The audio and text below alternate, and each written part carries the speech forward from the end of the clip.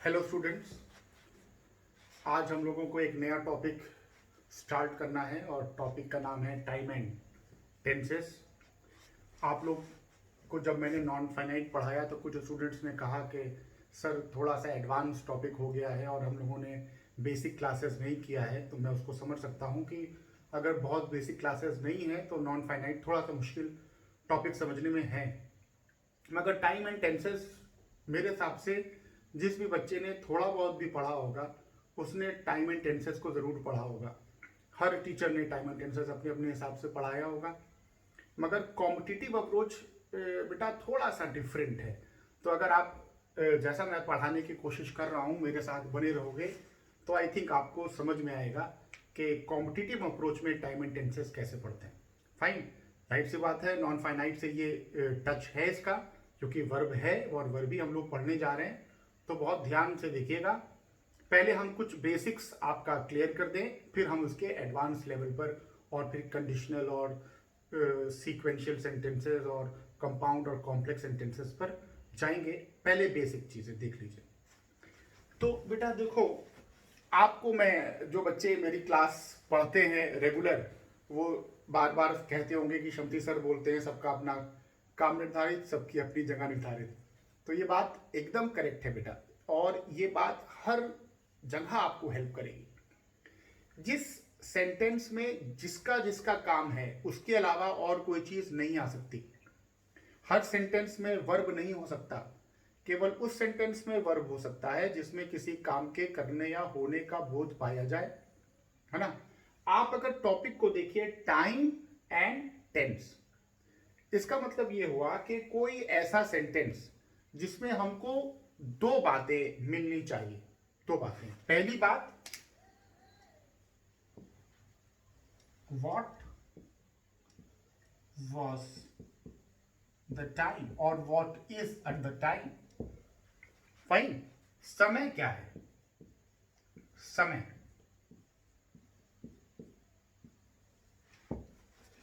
Fine, और दूसरा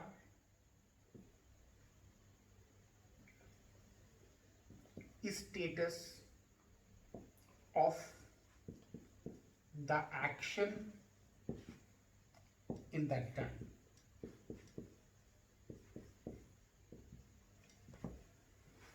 उस समय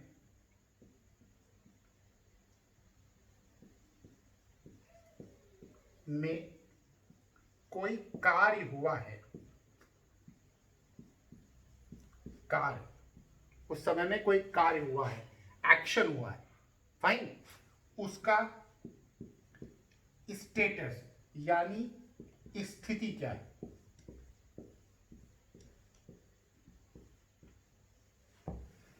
आप लोग मेरे साथ साथ नोट्स बनाते चलो, ताकि क्योंकि आप लोग जान रहे हो बच्चों बोल्ड छोटा है तो इसलिए मुझे रब करना पड़ेगा जल्दी जल्दी। तो मेरे साथ साथ लिखते चलो। पहली बात आपको क्या लिखनी है कि ऐसा सेंटेंस जिसमें हमको दो बातें पता चल रही हों। पहली बात समय क्या था, व्हाट वाज द टाइम, और दूसरी बात उस समय में कोई कार्य हुआ है, कोई एक्शन हुआ है, और उस एक्शन का स्टेटस क्या था, स्थिति क्या थी। फाइन, अगर कोई ऐसा सेंटेंस जिसमें हम ये दोनों चीजें बता रहे हैं तो वो सेंटेंस किस में जाएगा, टाइम एंड टेंस में। ये दोनों चीजें होनी अनिवार्य हैं टाइम एंड टेंस में। फाइन, इतना आपने नोट कर लिया तो मैं आगे बढ़ूं। फिर से देख लीजिए, ऐसा सेंटेंस जिसमें दो बातें हों। पहला what was the time, time क्या था। दूसरा उस टाइम में कोई कार्य हुआ है, उस कार्य की स्थिति क्या थी। फाइन,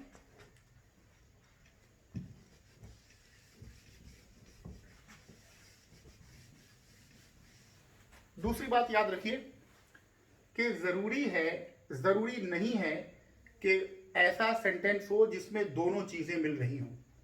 यानी कि दोनों चीजें क्या, जो मैंने अभी आपको बताई, टाइम और उस टाइम में कोई कार्य हुआ है, उस कार्य की स्थिति। जरूरी नहीं है कि दोनों चीजें मिल रही हों। बहुत से ऐसे सेंटेंसेस हैं जिसमें आपको केवल और केवल टाइम मिलेगा और उसमें टेंस नहीं मिलेगा, यानी कि कोई कार्य नहीं हुआ होगा। जैसे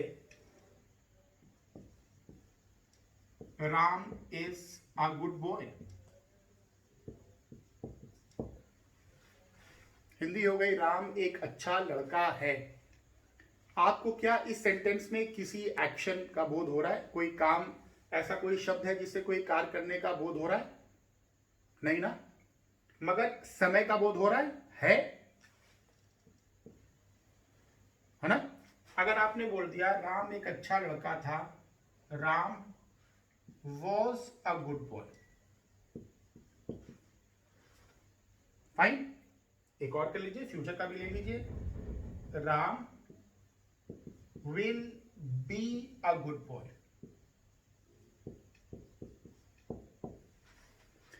इन तीनों सेंटेंस में अगर तुम लोग ध्यान दो तो हमको केवल और केवल टाइम मिल रहा है और कोई एक्शन नहीं मिल रहा है। केवल और केवल टाइम मिल रहा है, कोई एक्शन नहीं मिल रहा है ना। तो इस सेंटेंस में हमको केवल एक पार्ट मिल रहा है, एक पार्ट। क्या इस सेंटेंस में हम टेंसेस के रूल लगा सकते हैं? लगा सकते हैं।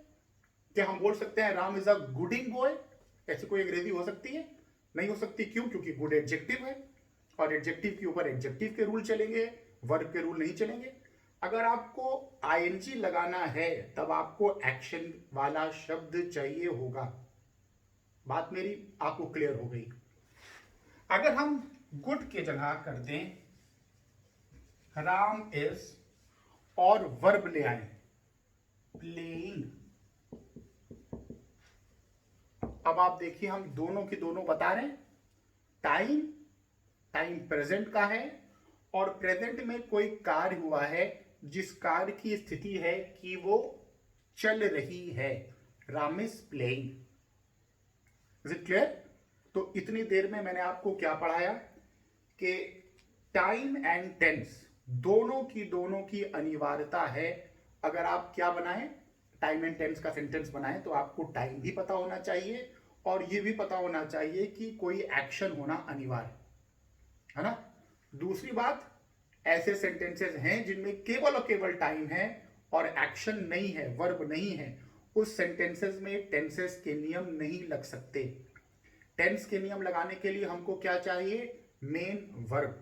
बिना मेन वर्ब के हम टेंसेस के नियम नहीं लगा सकते। बात क्लियर है? इसका मतलब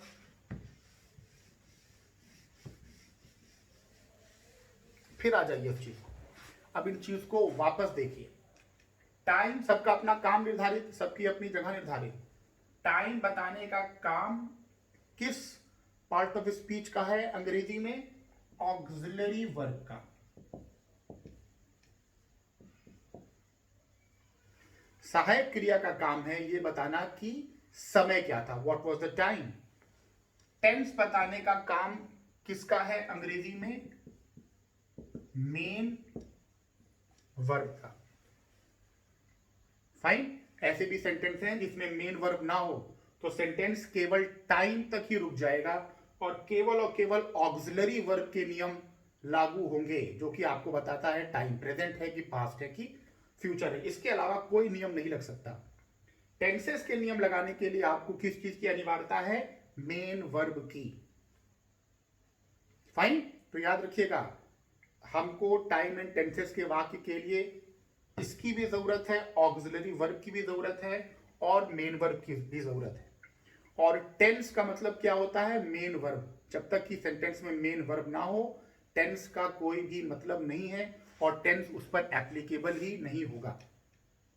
बात समझा पाए आपको? थोड़ा सा एक दो एग्जांपल और देखो जिससे आपको और बात एकदम क्लियर हो जाएगी। अगर आपसे हम ये पूछे कि कोई ऐसा सेंटेंस है जिसमें वर्ब की थर्ड फॉर्म लगी है, कोई ऐसा सेंटेंस है जिसमें वर्ब की थर्ड फॉर्म लगी है, like go second form went, third form gone. एक ऐसा सेंटेंस है जिसमें वर्ब की थर्ड फॉर्म लगी है ना। आप ये बताओ कि वो सेंटेंस पास्ट का है, प्रेजेंट का है कि फ्यूचर का है? तो आप कहिएगा सर ये क्वेश्चन आपका इनकम्प्लीट है क्योंकि वर्ब की फॉर्म से हम टाइम को नहीं बता सकते। अगर उस सेंटेंस में हैड लगा है तो ये सेंटेंस पास्ट का है। अगर उस सेंटेंस में हैड लगा है तो ये सेंटेंस प्रेजेंट का है, और अगर उस सेंटेंस में विल हैव या शैल हैव लगा है तो वो सेंटेंस फ्यूचर का है। इसका मतलब प्रेजेंट, पास्ट और फ्यूचर टाइम बताने का कार्य केवल और केवल सहायक क्रिया का है। इसी का उल्टा कर लो, इसी का उल्टा कर लो। और अगर आपसे कहा जाए कि एक सेंटेंस है जिसमें इज एम आर लगा हुआ है, फाइन, या वॉज वर लगा हुआ है, या आपका हैज बीन या हैड बीन या ऐसे लगा हुआ है ना, तो फिर आपको ये बताइए कि उसमें आपको कौन सी फॉर्म, आईएनजी फॉर्म चलानी है। फाइन, तो आप फिर यही कहेंगे कि सर ये वॉज या वर या हैज या हैड हमको केवल टाइम बता रहा है ना। अगर आपको आईएनजी फॉर्म चलानी है तो आपको ये बताना पड़ेगा कि मेन वर्ब क्या है ना, प्लेइंग, सिंगिंग, डांसिंग। फाइन, तो अगर एक्शन बताना है तो उसके लिए मेन वर्ब चाहिए, और अगर टाइम बताना है तो उसके लिए ऑक्सिलरी वर्ब चाहिए। यहां तक आपको बात क्लियर है?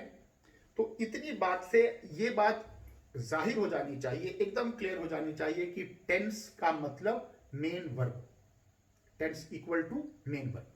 अब आ जाइए टेंसेस के एरर वाले पार्ट पे। ये तो मैंने आपको बेस बनाया है, फंडास आपके कुछ क्लियर करने की कोशिश किया है।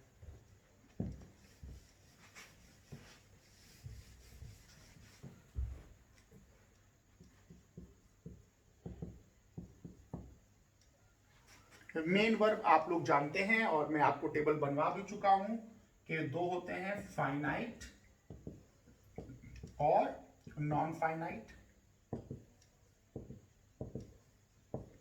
फिलहाल हम लोग नॉन फाइनाइट की बात नहीं कर रहे हैं क्योंकि नॉन फाइनाइट वर्ब की प्लेस पर नहीं आते। नॉन फाइनाइट हम लोग अभी डिस्कस कर चुके हैं, जिन बच्चों ने मेरा पहले के लेक्चर्स देखे हैं। फाइनाइट, फाइन, फाइनाइट वर्ब फिर दो प्रकार के होते हैं, ट्रांजिटिव यानी कि साकर्मक, और इंट्रांजिटिव।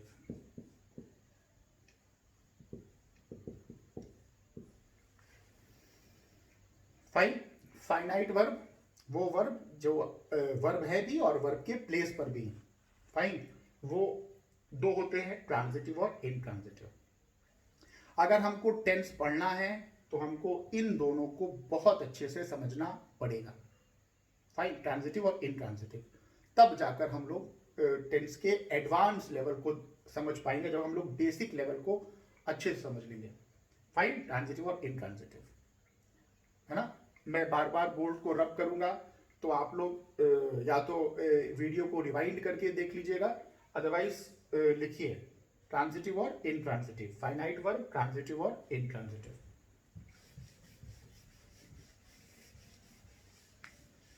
अब एरर स्टार्ट।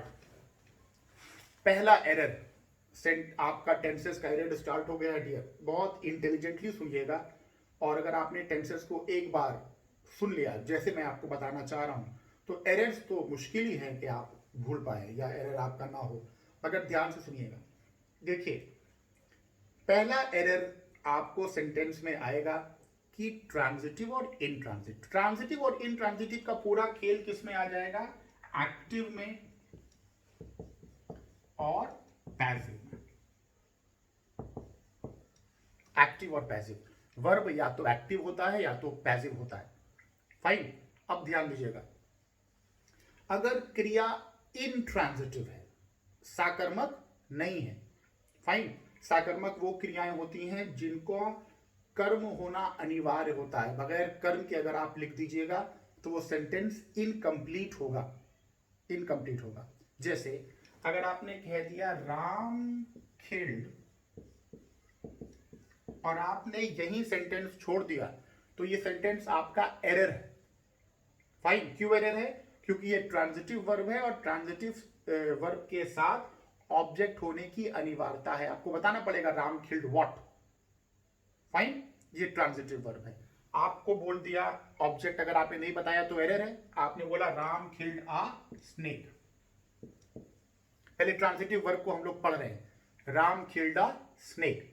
ये एक सेंटेंस हो गया जिसमें आप देख रहे हैं टेंस है, मेन वर्ब है, टेंस के लिए मेन वर्ब होने की अनिवार्यता है। Fine, present indefinite past indefinite के वाक्य में सहायक क्रिया छुपी होती है। फाइन, डिड हम लोग मान लेते हैं जब पास्ट या इंट्रोगेटिव हो तो इसमें सहायक क्रिया छुपी हुई है, टाइम है मगर केवल छुपा हुआ है। तो राम किल्ड अ स्नेक ये साकर्मक क्रिया है। थोड़ा बहुत तो आप लोगों ने टेंस पढ़ा ही होगा। ये सेंटेंस है पास्ट इंडेफिनिट का, वर्ब की सेकंड फॉर्म पास्ट इंडेफिनिट का सेंटेंस है।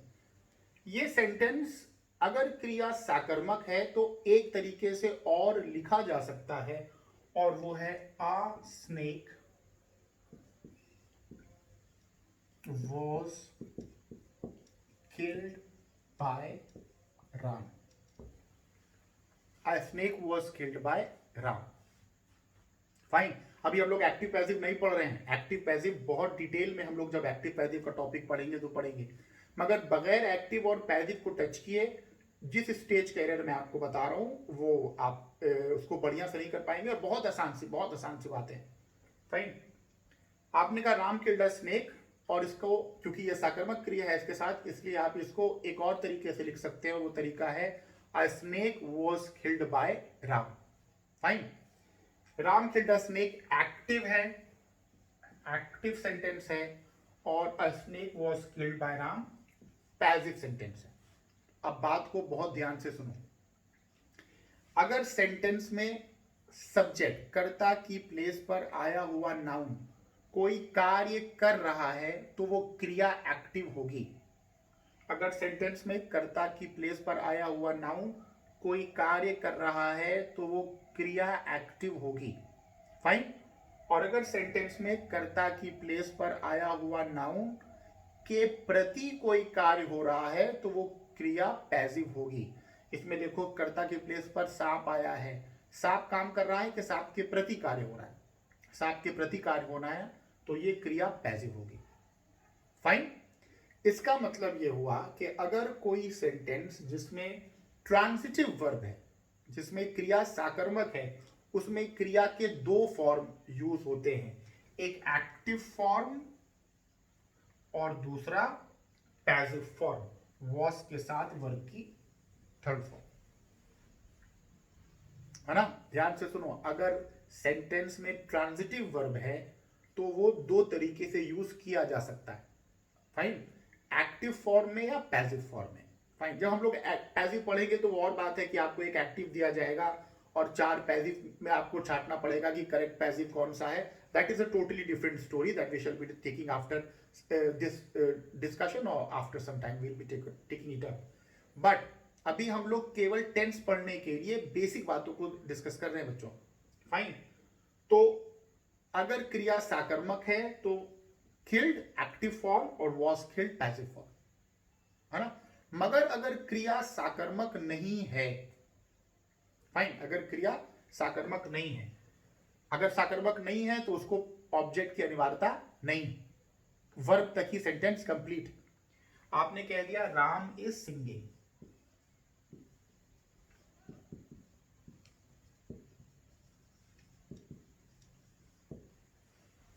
Ram is singing.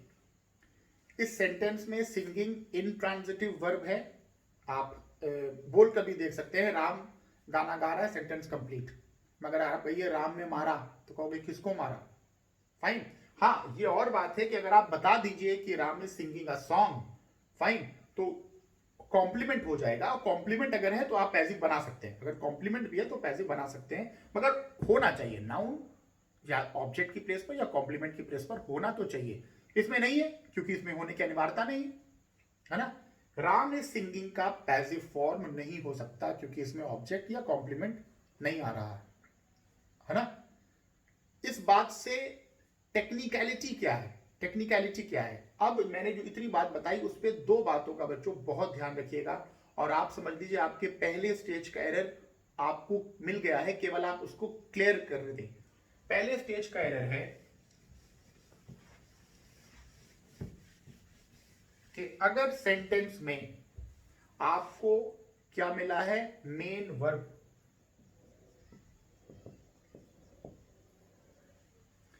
अगर सेंटेंस में मेन वर्ब मिला है और वो मेन वर्ब क्या है? ट्रांजिटिव।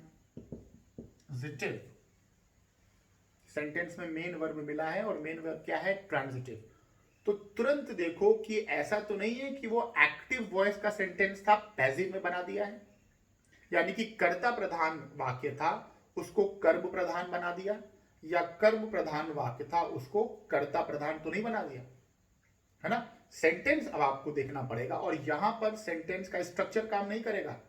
दो बातों को हमेशा ध्यान रखिएगा, मैंने आपको अपने रेगुलर क्लासेस में बताया होगा बार बार कि दो चीजें इंपॉर्टेंट है, स्ट्रक्चर और मीनिंग। जिसमें स्ट्रक्चर ज्यादा इंपॉर्टेंट है और मीनिंग भी इंपॉर्टेंट है, उतनी इंपॉर्टेंट नहीं। अगर सेंटेंस का स्ट्रक्चर करेक्ट है, नाउन अपने प्लेस पर है, सहायक क्रिया अपने प्लेस पर है, मुख्य क्रिया अपने प्लेस पर है, ऑब्जेक्ट अपनी प्लेस पर है, प्रेपोजिशन अपनी प्लेस पर है, तो सेंटेंस का मीनिंग कुछ ना कुछ निकलेगा। चाहे कुछ भी निकले, कुछ तो निकलेगा ही, फाइन, मगर सेंटेंस करेक्ट होगा। मगर अगर आपने हिंदी दे दिया है, यानी कि मीनिंग दे दिया है, तब स्ट्रक्चर को उसी मीनिंग के अनुसार आपको बनाना पड़ेगा ना। जैसे मान लीजिए मैंने आपको कहा कि सांप को राम के द्वारा मारा गया, सांप को राम के द्वारा मारा गया, तो क्या आप इसकी अंग्रेजी बोल सकते हैं कि Ram killed a snake? Hindi तो हो जाएगी राम ने सांप को मारा। स्ट्रक्चर ये भी करेक्ट है, एरर भी नहीं है, मगर हमने ये सेंटेंस डिमांड ही नहीं किया था मीनिंग के अनुसार। मीनिंग के अनुसार तो हमने पैसिव डिमांड किया था ना, है ना। तो सेंटेंस में अगर सेंटेंस एक्टिव डिमांड कर रहा है, वो आपको हिंदी निकालनी पड़ेगी, सेंटेंस को समझना पड़ेगा, और वो पैसिव डिमांड हो रहा है तो एरर। पैसिव डिमांड कर रहा है और एक्टिव डिमांड कर रहा है तो एरर। फाइन, दो चार रिपीटेड क्वेश्चन मैं आपको इस पर बताता हूं, कुछ बेसिक क्वेश्चन, फिर थोड़ा सा दो चार एडवांस लेवल के क्वेश्चन बताकर अपनी इस बात को क्लियर कर और फिर पहले स्टेज का एरर हम लोग देख रहे हैं।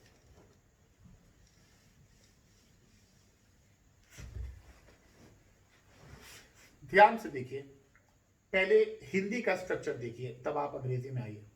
अगर हमने आपसे कहा कि पेड़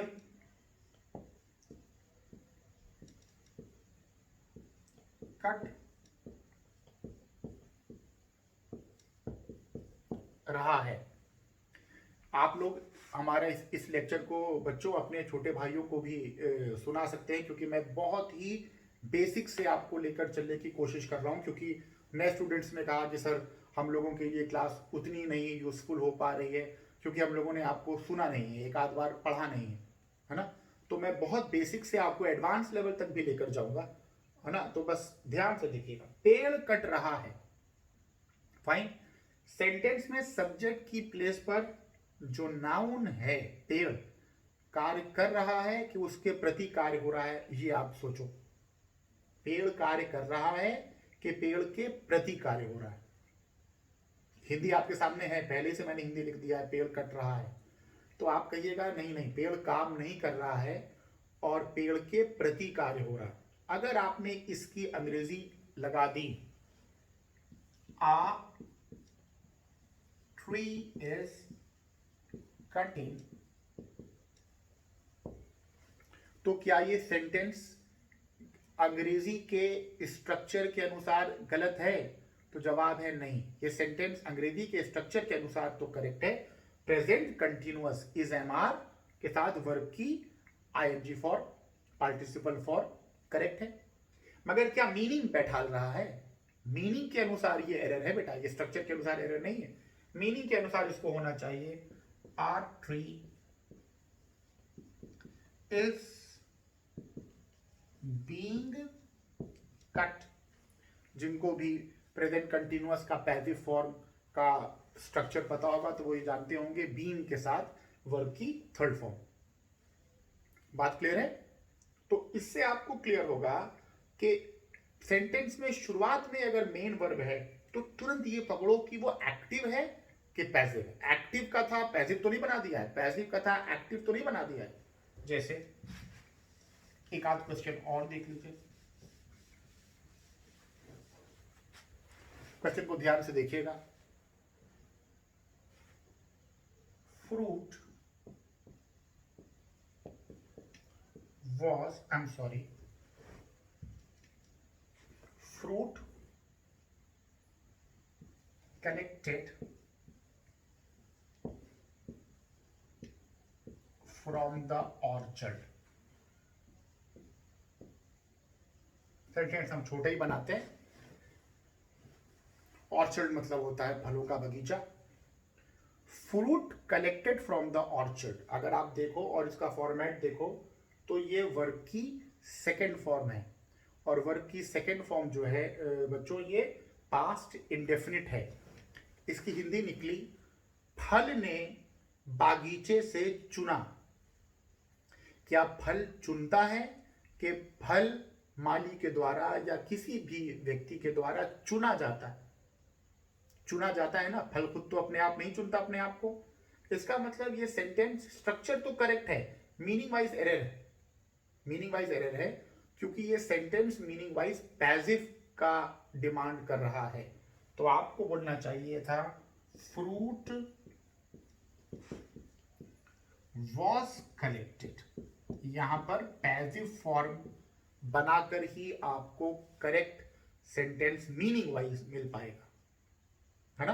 2-4 एडवांस लेवल के क्वेश्चन देख लीजिए जो आते हैं, जो बच्चे काफी पूछते हैं। इतना लंबा मैं लिखूंगा नहीं, मगर मैं धीरे धीरे बोलूंगा, आप लोग रिवाइंड कर करके बार बार सुन सकते हैं, है ना। क्वेश्चन था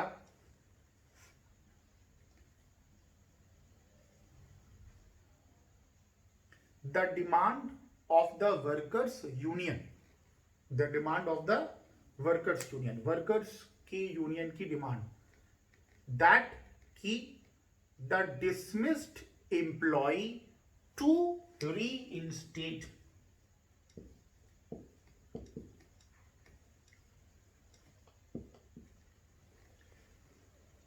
Fine, the demand of the workers union that the dismissed employee to reinstate। री मतलब फिर से, इंस्टेट मतलब पुनः उसको अपनी स्थिति पर पहुंचा दिया जाए। has been accepted by the management। Hindi देखो, वर्कर यूनियन की डिमांड के बर्खास्त किया हुआ एम्प्लॉय अपने आप को पुनर्स्थापित कर दे, ये मैनेजमेंट के द्वारा स्वीकृत कर लिया गया है। Has been accepted by the management. अब तुम बताओ, क्या कोई टर्मिनेट किया हुआ, बर्खास्त किया हुआ एम्प्लॉय, डिसमिस किया हुआ एम्प्लॉय अपने आप को खुद वापस लेता है कि मैनेजमेंट उसको वापस ले? फाइन, आपको समझ में आ गया होगा कि ये सेंटेंस एक्टिव का नहीं था, पैसिव का था, कि डिसमिस्ड एम्प्लॉय को वापस लिया जाए, ये मैनेजमेंट के द्वारा एक्सेप्ट कर लिया गया है। फाइन, तो अब इसको आपको पैसिव में करना था। एरर मिलेगा टू रीइंस्टेट के प्लेस पर टू बी रीइंस्टेटेड कर दो, है ना। आप बच्चों, मैं आपको एक बात यहां पर और बताता चला जाऊं। देखो, इसलिए टीचर की बहुत ज्यादा जरूरत है, क्योंकि आजकल हम लोगों के यहाँ क्या है कि क्वेश्चंस तो अवेलेबल है अलग अलग सोर्सेज से, क्योंकि एनडीए का पेपर उठा लिया, टोफल का बहुत हाई लेवल वाले बनाने वाले उठा लेते हैं, एसएससी का उठा लिया, बैंक्स का पेपर उठा लिया, और उठाकर फिर उसके जल्दी जल्दी जल्दी आंसर्स दे दिए, और उसमें किसी ने कुछ आंसर दिया, किसी ने, इस क्वेश्चन में अलग अलग आंसर है और अलग अलग किताबों ने अलग अलग आंसर दिया हुआ है ना। मगर करेक्ट आंसर क्या है?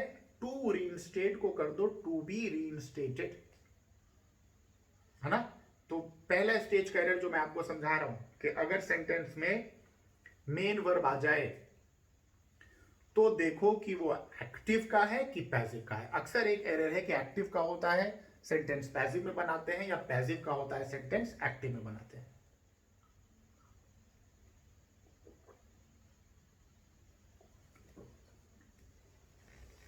फाइन, एक क्वेश्चन और। अब ये एडवांस लेवल की क्वेश्चन मैं बता रहा हूं, थोड़ा सा मुश्किल क्वेश्चन बता रहा हूं, मगर कंसेप्ट वही है। क्वेश्चन हाई है, कंसेप्ट बहुत बेसिक है, जो मैं भी आपको बार बार समझाने की कोशिश कर रहा हूं। एक और क्वेश्चन देखिए इसी कंसेप्ट पर, फिर मैं उतना ही पोर्शन लिखूंगा जितना पोर्शन जरूरी है, और बाकी आप सुनिए, ध्यान से सुनिए हमको। आई was previously posted in Singapore. Fine, मैं सिंगापुर में पोस्टेड था, ये मीनिंग है। अगर तुम कह दोगे मैंने इससे पहले सिंगापुर में पोस्ट किसी को किया, तो आप कह सकते हैं आई पोस्टेड इन सिंगापुर। है ना, वो भी करेक्ट है। मीनिंग हो जाएगी कि मैंने किसी को सिंगापुर में नौकरी पर लगाया। अगर आप फिलहाल जो क्वेश्चन है, आई was previously posted in Singapore, was के साथ वर्ब की third form passive voice, Hindi हो जाएगी मैं इससे पहले सिंगापुर में पोस्टेड था। एंड दूसरा सेंटेंस स्टार्ट हुआ, it took me a lot of time, और उसमें मुझे मुझे बहुत समय लगा। टू अकस्टम द फूड, मुझे बहुत समय लगा वहां के खाने को अपने अनुसार बदलने में। अकस्टम मतलब होता है किसी के अनुसार आप चेंज करो। फाइन। अब आप ये बताओ कि आप अगर किसी जगह जा रहे हो तो आप वहां के खाने को ही पूरा तब्दील कर दोगे कि अपने आप को वहां के खाने के अनुसार तब्दील करोगे? अपने आप को वहां के खाने के अनुसार बदलोगे ना, कि वहां के खाने को ही चेंज कर दोगे पूरी वहां की व्यवस्था? पॉसिबल ही नहीं। तो अब सेंटेंस स्ट्रक्चर करेक्ट था। मीनिंग क्या थी? मीनिंग वाइज ये सेंटेंस पैसिव में होना चाहिए था, और सेंटेंस होना चाहिए था कि I was previously posted in Singapore and it took me a lot of time to be acquainted, या to get acquainted. Be form या गेट फॉर्म दोनों यूज किया जाता है। फाइन। तो मुझे काफी समय लगा वहां के खाने से अपने आप को एडजस्ट करने में, अक्वेंट करने में। तो मैंने आपको एक एरर अभी तक पढ़ाया, फाइन, और मैंने आपको बेसिक बेसिक बेसिक बातों को बताया। एक और एरर पहले स्टेज का बताकर फिर मैं आपको सब समअप कर दूंगा, और छोटे छोटे वीडियोस में मैं आपको चीजें कवर अप करूंगा। छोटे वीडियोस में इसलिए कवर करूंगा कि मुझे लगता है कि बहुत लंबे वीडियो में हो सकता है कि कुछ मोनोटोनस हो जाए। एक तो एक ही तरफा बात हो रही है, बायलेटरल टॉक्स तो है नहीं, फाइन। तो हो सकता है कि ये जो मेरा मोनोलॉग है ये थोड़ा सा आपको बोरिंग लगने लगे, तो इंटरेस्ट लेवल जो है वो बना रहे, इसलिए बहुत लंबा लेक्चर नहीं। मगर आप लोग याद रखिएगा कि मैं एक हफ्ता अभी आप लोगों के पास अलग अलग बैच में आऊंगा ही आऊंगा। कल से मैराथन स्टार्ट हो जाएगी बच्चों, है ना। 12 बैच बने हैं, अखिल सर ने 12 बैचेस बनाए हैं, और 12 बैच में हफ्ते भर में आपके पास आना है। आप जान रहे होंगे कि 3 से 6 वाले जो बच्चे हैं उनको मैं टाइम ही नहीं दे पा रहा हूँ। उनको संडेज को मैं इकट्ठा 2-2.5 घंटा पढ़ा रहा हूँ। मगर ठीक है, वेल एंड गुड, अच्छी बात है, हम लोग आपस में जुड़े रहे और बहुत जरूरी है। तो बच्चों इस बात का ध्यान रखिएगा कि जो मैं आपके क्लास में आ रहा हूं तो इससे रिलेटेड जो भी क्वेरीज आपको आ रही हैं वो आप नोट करते रहो, और मुझसे जब मैं आपके सामने इंटरैक्टिव क्लास में आऊंगा, वो सेमाई इंटरैक्टिव है क्योंकि हम लोग व्हाट्सएप पे पढ़ रहे हैं, मगर अच्छा है, फ्रूटफुल है। आपका क्वेश्चन मैं ऑडियो में सुनता हूँ, फिर उसका जवाब देता हूँ, तो वो फ्रूटफुल है। तो आप उसमें मुझसे जो भी आपको इतनी देर में परेशानी हो वो पूछिएगा। काबिल बनने की कोशिश मत कीजिएगा, जितना मैंने अब तक पढ़ाया है उतने पूछिएगा। जैसे जैसे मैं स्टैंडर्ड बढ़ाता रहूंगा, आपको जितना स्टैंडर्ड बढ़ाना होगा क्वेश्चन का आप बढ़ाइएगा, मगर फिलहाल मैं आपको जितना बता रहा हूं उतना ध्यान दीजिए। तो एक बात ये हो गई कि अगर सेंटेंस में आपने मेन वर्ब देखा तो आपको ये पता करना है मीनिंग के द्वारा, स्ट्रक्चर हेल्प नहीं करेगा, मीनिंग के द्वारा आपको ये पता करना है कि सेंटेंस एक्टिव का था, पैसिव में तो नहीं बना दिया, या पैसिव का था और एक्टिव में तो नहीं बना दिया। दूसरी चीज जो बहुत इंपॉर्टेंट है वो क्या है?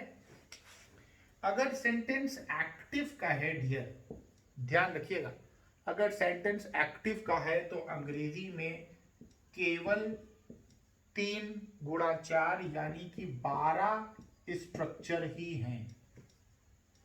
3 मतलब हो गया पास्ट, प्रेजेंट, फ्यूचर, और 4 मतलब हो गया इंडेफिनिट, कंटिन्यूअस, परफेक्ट और परफेक्ट कंटिन्यूअस।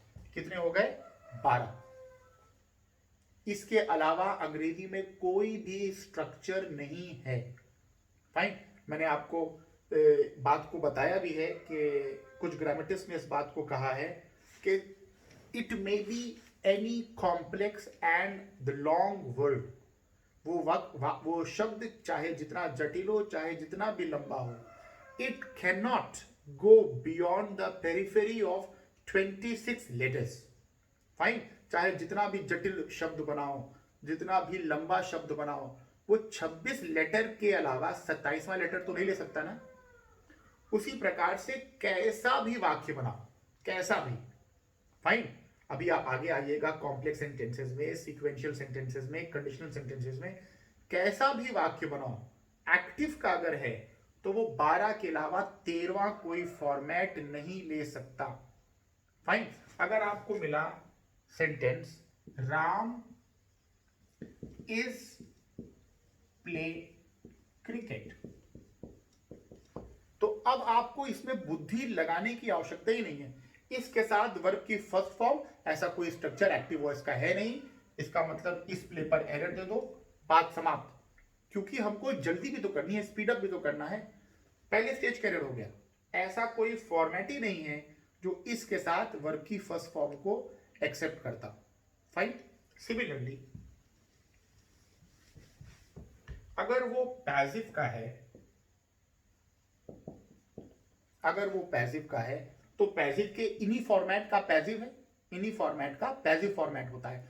और अगर उसका एक जनरलाइज कर दें तो उनका एक ही फॉर्मेट होगा, वो है बी फॉर्म की सहायक क्रिया के साथ वर्ब की थर्ड फॉर्म। ये जनरलाइज फॉर्मेट है। फाइन। जितने भी 12 हैं इनका जो पैसिव है वो इसी फॉर्मेट पर है, यानी कि एक स्ट्रक्चर इनका भी, फाइन, एक जनरलाइज स्ट्रक्चर इनका भी। तो मोटा मोटा कितना हो गया, 13 स्ट्रक्चर अंग्रेजी में हो गया, 13 स्ट्रक्चर, है ना। फिर से सुनिए,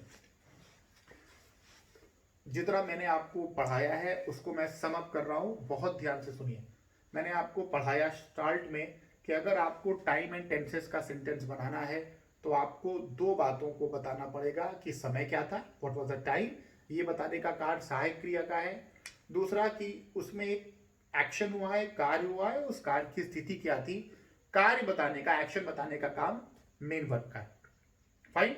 ऐसा पॉसिबल है कि सेंटेंस में केवल सहायक क्रिया और मेन वर्ब ना हो। ऐसे सेंटेंस में टेंसेस का कोई भी मतलब नहीं है। सेंटेंस का रूल, टेंसेस का रूल फॉलो भी नहीं होंगे। एडजेक्टिव है तो एडजेक्टिव का रूल फॉलो होगा, नाउन है तो नाउन का रूल फॉलो होगा, सहायक क्रिया है तो सहायक क्रिया का रूल फॉलो होगा। फाइन। अगर सेंटेंस में मेन वर्ब आ गया तो एरर स्टार्ट होगा टेंसेस का। अगर मेन वर्ब आ गया तो तुमको देखना है कि सेंटेंस एक्टिव है कि पैसिव है। अक्सर सेंटेंस एक्टिव का होता है, पैसिव का बना देते हैं, एरर हो गया। पैसिव का होता है, एक्टिव का बना देते हैं, एरर हो गया। फाइन। अगर ऐसा नहीं है, एक्टिव का है और एक्टिव के एक्टिव का सेंटेंस है और एक्टिव में बना है, पैसिव का सेंटेंस है तो पैसिव में बना है। अब देखो, अगर एक्टिव का है तो वो एक्टिव के 12 फॉर्मेट में से किसी ना किसी फॉर्मेट को अपहोल्ड कर रहा है कि नहीं, सेटिस्फाई कर रहा है कि नहीं। अगर वो 12 फॉर्मेट के बाहर चला गया तो तुरंत वहीं पर एरर कर दो, चाहे जैसा भी सेंटेंस हो, कॉम्प्लेक्स, कंपाउंड, सीक्वेंशियल, कंडीशनल, कोई भी सेंटेंस हो, वो 12 स्ट्रक्चर के बाहर नहीं जा सकता अगर वो एक्टिव का है। सिमिलरली अगर वो पैसिव का है, अगर वो पैसिव का है तो वो एक स्ट्रक्चर लेगा जो कि बी फॉर्म की सहायक क्रिया के साथ वर्ब की थर्ड फॉर्म। फाइन। ये आपका एक एरर हो गया। बस इसमें आपको बात को ध्यान रखना है कि आपको एक्टिव वॉइस के फॉर्मेट पता हो, 12 फॉर्मेट, और उनका पैसिव वॉइस का फॉर्मेट पता हो, तो आपका पहले स्टेज का स्ट्रक्चर एकदम रट जाएगा। एक्टिव वॉइस के फॉर्मेट पता हो और पैसिव वॉइस के फॉर्मेट पता हो, फाइन, रट जाएगा आप, और फिर ये आपका पहला स्टेज खत्म। अब हम लोग इस स्टेज को थोड़ा सा और कवर अप करके फिर सेकेंड स्टेज पर चले जाएंगे। सेकेंड स्टेज कह रहा है कि ठीक है, अगर आपने पहला स्टेज क्रॉस कर दिया, थोड़ा सा मैं आपको सेकेंड स्टेज की ग्लिम्सेस दिखाता हूं, झलकियां दिखाता हूं। वापस पहले स्टेज पर आते हैं क्योंकि अभी हम लोगों ने पहला स्टेज के फॉर्मेट्स को कवर अप नहीं किया है। फाइन। सेकेंड स्टेज दिखाता हूं तो आपको फर्स्ट स्टेज पर आकर इंटरेस्ट जगेगा कि मैं कहना क्या चाह रहा हूं।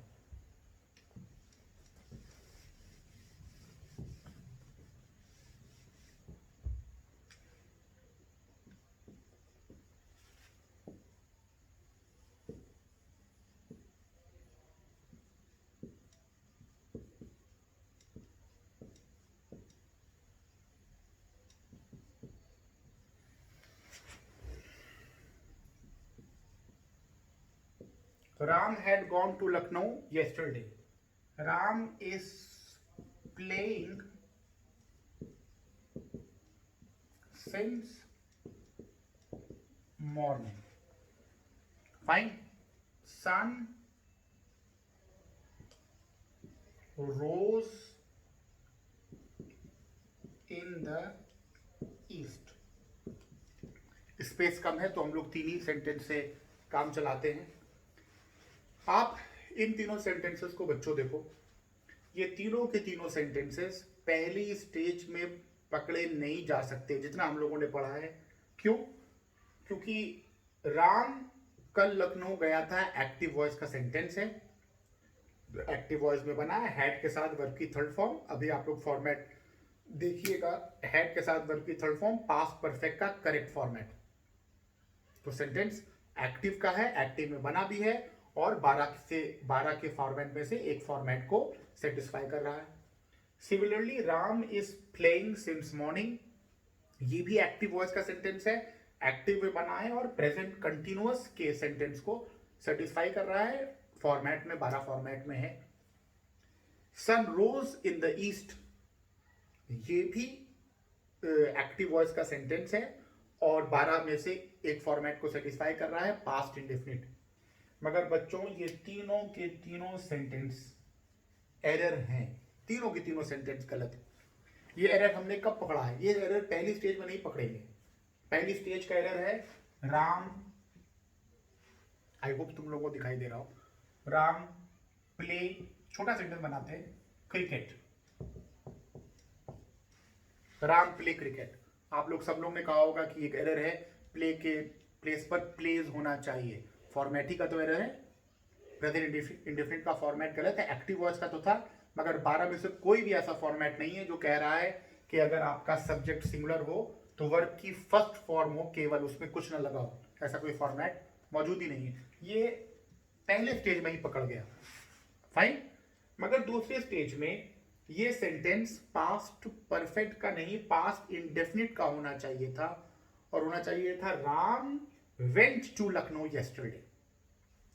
सिमिलरली ये सेंटेंस प्रेजेंट कंटिन्यूअस का नहीं होना चाहिए था और परफेक्ट कंटिन्यूअस का होना चाहिए था, किसी भी परफेक्ट कंटिन्यूअस का, पास्ट प्रेजेंट फ्यूचर, क्योंकि टाइम स्पेसिफिक नहीं है। Ram has been playing since morning, fine. Sun rose in the east, ये तो हर बच्चे को रटा होगा कि ये सेंटेंस प्रेजेंट इंडेफिनिट का है और होना चाहिए sun rises in the east. तो इसका मतलब सेकेंड स्टेज पर हम लोगों को जानना है कि अगर कोई सेंटेंस है तो वो सेंटेंस किस टाइम में बनना चाहिए और किस टेंस में बनना चाहिए।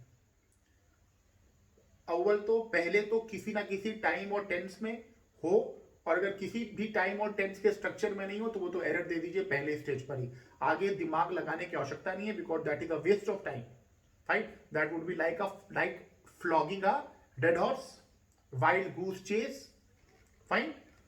सो ऐसा हो जाएगा, आपको पहले स्टेज में अगर फॉर्मेट और स्ट्रक्चर ही नहीं मिला तो बुद्धि लगाना ही नहीं है। सेकेंड स्टेज में अगर ये किसी ना किसी फॉर्मेट और स्ट्रक्चर में है, अब आपको सेकेंड स्टेज में आकर बुद्धि लगाना है और ये जानना है कि कौन सा सेंटेंस किस टाइम में बनना चाहिए और किस टेंस में बनना चाहिए, है ना। तो हम लोग सेकेंड स्टेज में पढ़ेंगे कि ग्रामेटिस्ट ने जो बताया है कि किस टाइम में बनना चाहिए और किस टेंस में बनना चाहिए, वो क्या सोच कर बताया, है ना। ग्रामेटिस्ट जब सेंटेंस बना रहे थे तो उनके दिमाग में क्या थॉट थी, अगर हम उस थॉट को पकड़ लेंगे और उसी सोच को एग्जैक्टली समझ लेंगे, ग्रामेटिस्ट कह रहे थे कि ऐसा होगा तो ऐसा करना, ऐसा होगा तो ऐसा करना, तो आप सेकेंड स्टेज को भी बहुत आसानी से समझ लीजिएगा, जो भी मैं आपको सेकेंड स्टेज में समझाऊंगा। Coming to the first stage, again coming back to the first stage.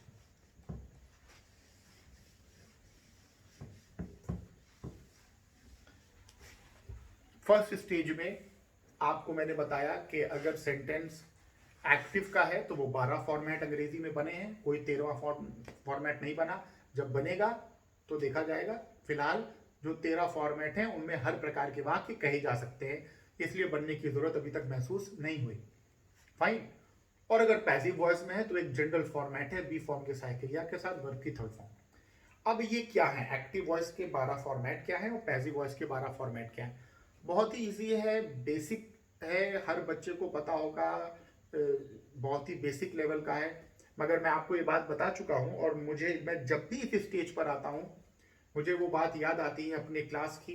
आप लोगों को ज़्यादातर बच्चों को ये बात पता होगी क्योंकि मैं शेयर करता रहता हूँ, किसी क्लास की बात को दूसरी क्लास में मैं शेयर करता हूँ। तो एक बार मैं एक क्लास पढ़ा रहा था, मेरे ख्याल से 5:30 की क्लास थी।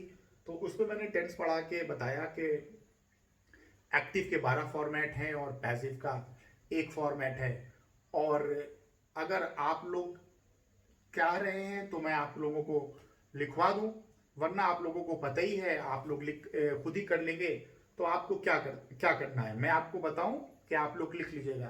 तो स्टूडेंट कहता है सर अगर आपको आता है तो बता दीजिए, वरना हम लोग खुद कर लेंगे। तो बच्चों, तो भी मैंने जवाब दिया था कि मुझको फॉर्मेट याद है 100%, मगर थोड़ा सा मैराथन आप कीजिए, थोड़ा सा काम आप कीजिए, क्योंकि मैं 45 मिनट्स के ऊपर का लेक्चर नहीं करना चाहता क्योंकि वो मोनोटोनस नहीं हो बिल्कुल। सो एक्टिव वॉइस के फॉर्मेट और पैसिव वॉइस के फॉर्मेट आप लोग अपने छोटे बच्चों के किताब से भी उठा सकते हैं, कोई भी किताब हो, फाइन।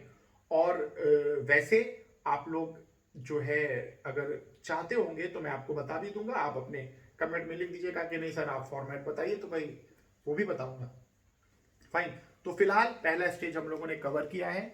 पहले स्टेज में जल्दी हो गया, मैंने आपको बेसिक समझाने की कोशिश किया है। सेकेंड स्टेज में जरूर रहिएगा, आपको जरूर समझ में आ जाएगा।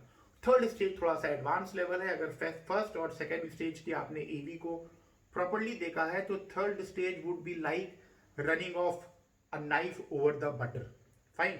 So that is also very very easy, और टेंसेस के क्वेश्चन को हम लोग कर लेंगे। उसके बाद फिर आपको खुली छूट होगी कि आप टेंसेस के क्वेश्चन को किसी भी तरीके से पूछ सकते हैं, फाइन। तो होप आपको ये लेक्चर फ्रूटफुल लगा होगा बच्चों, और कल से हम लोग वापस अपने इंटरैक्टिव सेशन में तो मिलेंगे ही। अपना बहुत ख्याल रखिएगा। और आज रमज़ान की पहली दिन है, तो इसलिए आप लोगों के लिए मैं बहुत दुआएं कर रहा हूं कि आप लोग जल्दी जल्दी बहुत अच्छी से तैयारी कीजिए और बहुत अच्छी नौकरी पाइए, है ना। Stay home and stay healthy. Thank you very much.